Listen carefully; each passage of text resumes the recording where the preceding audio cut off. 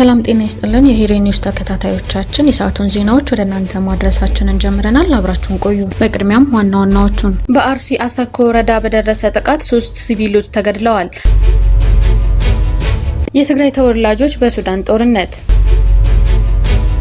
ለፓስፖርት በአካል አሻራ መስጠት ሊቀር ነው። በአፋር ክልል ሎጊያ ከተማ በሚገኘው አሊናጂ ሆቴል ላይ ከፍተኛ የእሳት አደጋ መከሰቱን ለዋሱ መሐመድ የደረሰው መረጃ ያመለክታል። የሁርሶ ጦር ትምህርት ቤት ከ1972 ዓመተ ምህረት ጀምሮ የጦር ሰራዊት ማሰልጠን እንደጀመረ የሚነገርለት ማሰልጠኛ ትምህርት ቤት ነው። የከሸፈው የጽምዶ ሰይጣናዊ ምኞት ህወሓትን አስደንግጧል። የኤርትራው ፕሬዝዳንት ኢሳያስ አፈወርቂ ለ3 ቀናት ይፋዊ የስራ ጉብኝት ዛሬ ካይሮ ገብተዋል። የሶማሌላንድ የውጭ ጉዳይ ሚኒስትር አብዱራህማን ዳሂግ ባካል ሶማሌላንድ በባህር በር ዙሪያ አሁንም ከኢትዮጵያ ጋር ለመተባበር ዝግጁ መሆኗን ለሪፖርተር በሰጡት ቃለ ምልልስ ገለጹ።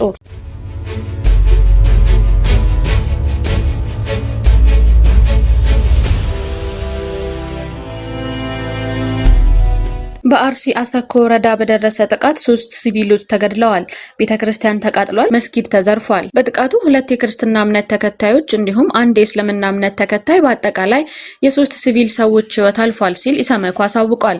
ከዚህ በፊት የአርሲ ሀገረ ስብከት 13 ምዕመናን መገደላቸውን ይፋ ማድረጉ ይታወሳል። የኢትዮጵያ ሰብአዊ መብቶች ኮሚሽን ኢሰመኮ በኦሮሚያ ክልል አርሲ ዞን አሰኮ ወረዳ ግንቦት 23 እና 24 ቀን 2018 ዓ.ም በታጣቂዎችና በጸጥታ ኃይሎች መካከል በተፈጠረ ግጭት የ3 ሲቪል ሰዎች ህይወት ማለፉን ከ2650 በላይ ነዋሪዎች መፈናቀላቸውንና የንብረት ውድመት መድረሱን አስታውቋል። ኮሚሽኑ ባደረገው ምርመራ በተለምዶ ኦነግ ሸኔ ተብሎ በሚጠራው ታጣቂ ቡድን በተሰነዘረው ጥቃት 3 ሲቪሎች ተገድለዋል። የጠለታ ቅዱስ ገብርኤል ቤተክርስቲያንና መኖሪያ ቤቶች መቃጠላቸውንም ተናግረዋል። በአንድ መስጂድ፣ በጤና ጣቢያና በንግድ መደብሮች ላይ ዝርፊያና ጉዳት መድረሱን ተረጋግጧል። የኢሰመኮ ዋና ኮሚሽነር ብርሃኑ አዴሎ መንግስት በአካባቢው በቂ የጸጥታ ኃይል በመመደብ የዜጎችን ደህንነት እንዲጠብቅ ለተፈናቀሉ ወገኖች አስቸኳይ የሰብአዊ ድጋፍ እንዲያቀርብና ጥቃቱን በገለልተኝነት መርምሮ ተጠያቂነትን እንዲያረጋግጥ አሳስበዋል። በአፋር ክልል ሎጊያ ከተማ በሚገኘው አሊናጂ ሆቴል ላይ ከፍተኛ የእሳት አደጋ መከሰቱን ለዋሱ መሐመድ የደረሰው መረጃ ያመለክታል። አደጋው በተከሰተበት ወቅት በከተማዋ ያለው የአየር ሙቀት እስከ 42 ዲግሪ ሴንቲግሬድ በመሆኑ እሳቱን ለመቆጣጠር ፈታኝ እንዳደረገው ታውቋል። በአሁኑ ሰዓት የአካባቢው ማህበረሰብ በጋራ በመረባረብ እሳቱን ለማጥፋት ከፍተኛ ጥረት እያደረገ ይገኛል። ስለ አደጋው መንስኤ፣ ስለደረሰው የጉዳት መጠን እንዲሁም ስለ ተጎጂዎች ሁኔታ እስካሁን በዝርዝር የታወቀ ነገር የለም። የትግራይ ተወላጆች በሱዳን ጦርነት፣ የህወሓት አርሚ 70 ተብለው የሚጠሩ ታጣቂዎች የአልቡርሃን ጦርን በመደገፍ በሱዳን የእርስ በርስ ጦርነት ውስጥ እየተሳተፉ የሚገኙ ናቸው።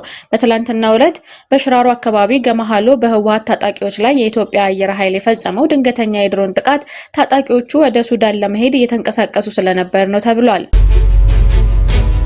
ለፓስፖርት በአካል አሻራ መስጠት ሊቀር ነው። ዜጎች ፓስፖርታቸውን ቤት ሆነው መጨረስ ይችላሉ ተብሏል። የኢሚግሬሽን እና ዜግነት አገልግሎት ተገልጋዮች ለአሻራ በአካል መገኘት ሳያስፈልጋቸው የፓስፖርት አገልግሎትን በኦንላይን ብቻ ማግኘት የሚችሉበት አዲስ አሰራር እየተዘረጋ መሆኑን ታውቋል። የተቋሙ ዋና ዳይሬክተር ወይዘሮ ሰላማዊት እንደገለጹት አዲሱን አሰራር ለመተግበር የፓስፖርት ሲስተሙ ከፋይዳ ዲጂታል መታወቂያ ጋር የተቀናጀ ይገኛል። ይህም ዜጎች በፋይዳ ላይ ያለውን መረጃ በቀጥታ በመጠቀም ከቤታቸው ሳይወጡ ፓስፖርታቸውን በእጃቸው እንዲያገኙ ያስችላቸዋል። በተጨማሪም በኦንላይን ምዝገባ ስም የሚፈጸሙ ማጭበርበሮችን ለመከላከል አንድ ሰው ከአንድ ቦታ ሆኖ ከ10 በላይ ሰዎችን መመዝገብ እንዳይችል ጥብቅ የቁጥጥር ስርዓት መዘርጋቱን ተቋሙ አስታውቋል። የከሸፈው የጽምዶ ሰይጣናዊ ምኞት ህወሓትን አስደንግጧል። የህወሓት በሻዕቢያና የጽንፈኛ ኃይሎች የጦር አደረጃጀት አከርካሪውን ተመቷል። ሰይጣናዊ ምኞታቸውም ህልም ሆኗል። ህወሓትን ደግሞ በከፍተኛ ሁኔታ አስደንግጧል። የሀገራችንን ሉዓላዊነት ለመድፈር የተሸረበው የጽምዶ ሎጂስቲክና የሰው ኃይል ወደ ሱዳን በእንቅስቃሴ ላይ ያለ ድባቅ መመታቱ የሚታወስ ነው። ይህ የጥፋት ስብስብ ኢትዮጵያን ለማዳከምና የሀገራችንን ሉዓላዊነት ለመድፈር በተለያዩ አቅጣጫዎች እኩይ እንቅስቃሴዎችን በማድረግ ላይ ይገኛል። ኢትዮጵያን እንዴት እንበታትን በሚል እብሪት የተዋቀ ይህ አጥፊ ስብስብ ያቀደው ሴራ ሳይፈጸም በጀግኖቹ ክትትልና በበላይነሽ አመዴ አይደፈርነት ተለውጧል። ይህንን የተመለከተው የጽምዶ ቃል አቀባይ ደብረጽዮን ጸረ ድሮን ታጥቀናል ከሚል ፕሮፓጋንዳ በድሮን ተደበደብን በሚል ለቅሶ ተሸጋግሯል። የሁርሶ ጦር ትምህርት ቤት ከ1972 ዓመተ ምህረት ጀምሮ የጦር ሰራዊት ማሰልጠን እንደጀመረ የሚነገርለት ማሰልጠኛ ትምህርት ቤት ነው። የሐረር ጦር አካዳሚ የቀድሞ ሙሉ ይዞታው ይዞ ከሐረር ጦር ትምህርት ቤት የተባለ የእጩ መኮንኖች ማሰልጠኛ ትምህርት ቤት ወደ ሁርሶ እጩ መኮንን ማሰልጠኛ ትምህርት ቤት በማዘዋወር በ1977 ዓመተ ምህረት ተቋቋመ።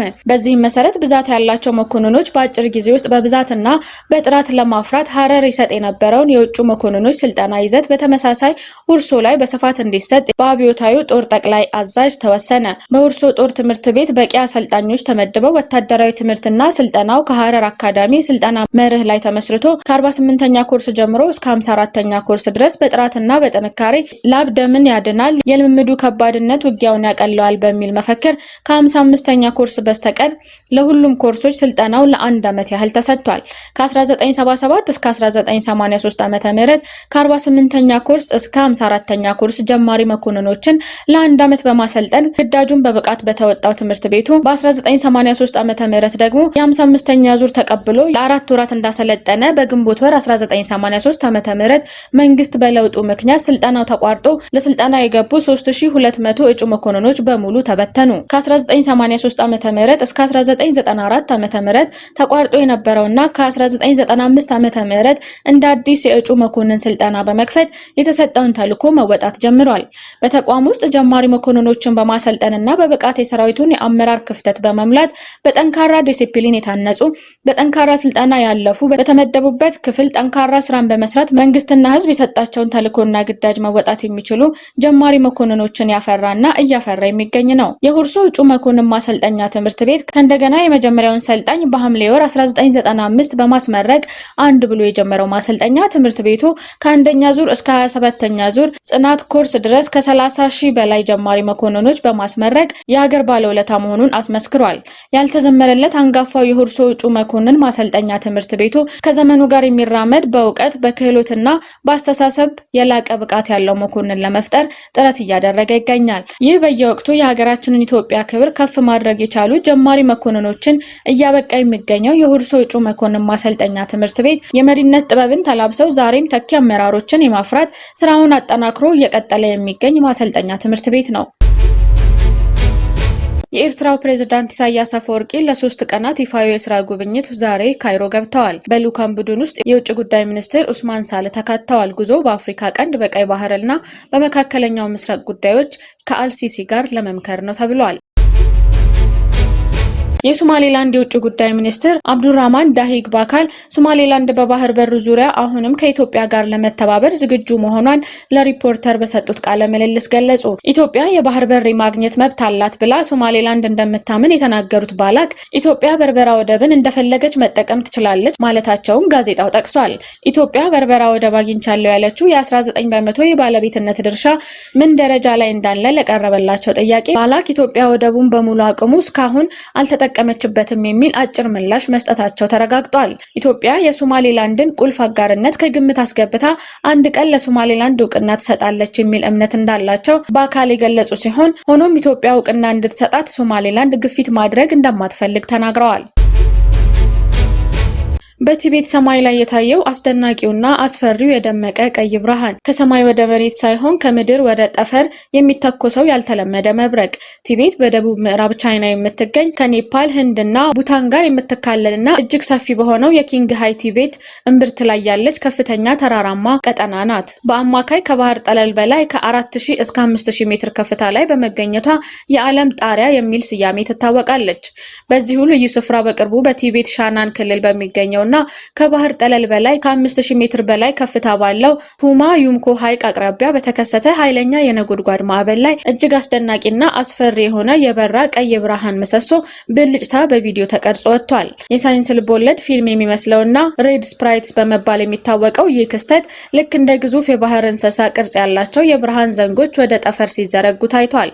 ክስተቱ በከፍተኛ ጥራት የተቀረጸው ዶንግ ሹቻንግ የተባለ የቻይና የስነ ፈለክ ተመራማሪና ፎቶግራፍ አንሺ ሲሆን ክስተቱ በዓለም ዙሪያ በሚገኙ ማህበራዊ ሚዲያዎች ላይ ከፍተኛ መነጋገሪያ ሆኗል። ይህ ክስተት በተለምዶ እኛ ከምናየው መብረቅ እጅግ በጣም የተለየ ሲሆን የሚከሰተውም ከምድር ገጽ ከ50 እስከ 90 ኪሎ ሜትር ከፍታ ባለው የከባቢ አየር ክፍል ላይ ነው። ከታች ባለው ደመና ውስጥ በጣም ኃይለኛ የሆነ የኤሌክትሪክ ብልጭታ ሲከሰትና ከደመና በላይ ባለው የላይኛው አካባቢ አየር ላይ ከፍተኛ የኤሌክትሪክ መስክ ሲፈጠር የሚመጣ ነው ተብሏል። የቻይናውያን አስደናቂ የገጠር ሰፈራ ፕላን። በምስራቅ ቻይና የምትገኘውና በኢኮኖሚዋ በከፍተኛ ፍጥነት በማደግ ላይ ያለችው የጂያንግሱ ግዛት በአሁኑ ወቅት በአስደናቂውና ዘመናዊ የቤት አሰራር ስልቷ ምክንያት የማህበራዊ ሚዲያ ዋነኛ መነጋገሪያ ሆናለች። ብዙዎች በማህበራዊ ሚዲያ ላይ የሚዘዋወሩትን እነዚህ መንደሮች ምስልና ቪዲዮዎች ሲመለከቱ በኮምፒውተር ግራፊክስ የተሰሩ አስመስለው ቢጠራጠሩም ምስሎቹ ግን በገሃድ መሬት ላይ ያሉ እውነተኛ የልማት ውጤቶች መሆናቸው ተረጋግጧል። ይህ አይነቱ እይታ የቻይና መንግስት የገጠር አካባቢ ቢዎችን ለማዘመንና የከተማና የገጠርን የኑሮ ልዩነት ለማጥበብ የቀረጸው ሰፊ ስትራቴጂካዊ አካል ነው። በእነዚህ መንደሮች ውስጥ ያሉ ገበሬዎች መኖሪያ ቤቶች በዘፈቀደ ሳይሆን በመንግስት መሐንዲሶች በጥናት ተቀርጸው ወጥ በሆነ ዲዛይን መሰረተ ልማት የተገነቡ ናቸው። ከመኖሪያ ቤቶቹ ጎን ለጎን የሚታዩ ሰፋፊ አረንጓዴ እርሻዎችም ቢሆኑ በዘመናዊ ወጥ በሆነ የካሬ የተከፋፈሉ ናቸው። አካባቢው ከላይ ሲታይ ለአይን እጅግ ማራኪና ልዩ ገጽታን አላብሶታል። ይህ አስደናቂ ስኬት ቻይና የግብርናው ክፍለ ኢኮኖሚ ከዘመናዊ የመኖሪያ አካባቢ ጋር በማዋሃድ ረገድ የደረሰችበትን ከፍተኛ የቴክኖሎጂ ደረጃ የሚያሳይና ለሌሎች ሀገራት በትልቅ አርአያነት ሊጠቀስ የሚችል የልማት ተሞክሮ ሆኗል። ኢራን በእስራኤል ላይ ተኮሰች። ቀጠናው ከባድ ውጥረት ውስጥ ነው። እስራኤል ቤሩት ላይ ዛሬ ለፈጸመችው ጥቃት አጸፋ ነው ተብሏል።